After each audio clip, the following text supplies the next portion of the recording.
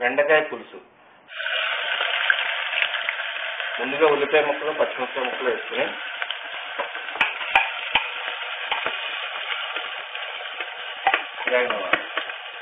బెండకాయలు ఇలాగా పెద్దగా కోసుకోవాలి, ఎందుకంటే పులుసుకి పెద్దగా ఉంటే బాగుంటుంది.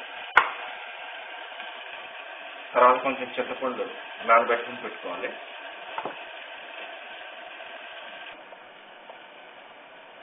ఉల్లిపాయలు అయిపోయిన తర్వాత బెండకాయ ముక్కలు వేసుకోవాలి.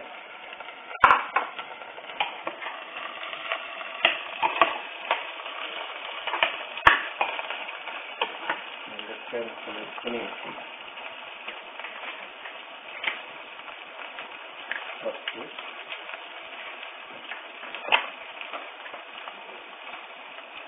తగినంత ఉప్పు, చింతపండు కాబట్టి పులుసు కాబట్టి కొంచెం ఉప్పు ఎక్కువగానే పడుతుంది.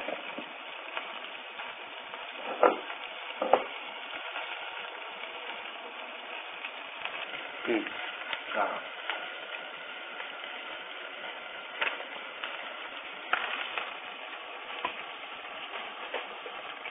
వేసి చక్కగా కలుపుకొని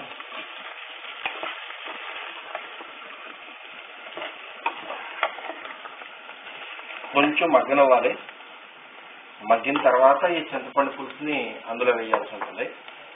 అందాక మూత పెట్టి చక్కగా మగ్గనిద్దాం.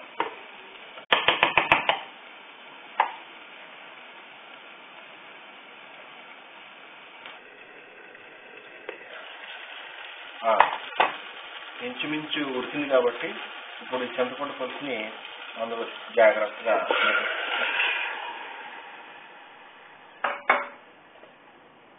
కొంచెం వాటర్ పడుతుందండి, ఎందుకంటే అది కొంచెం ఇది అవుతుంది కదా.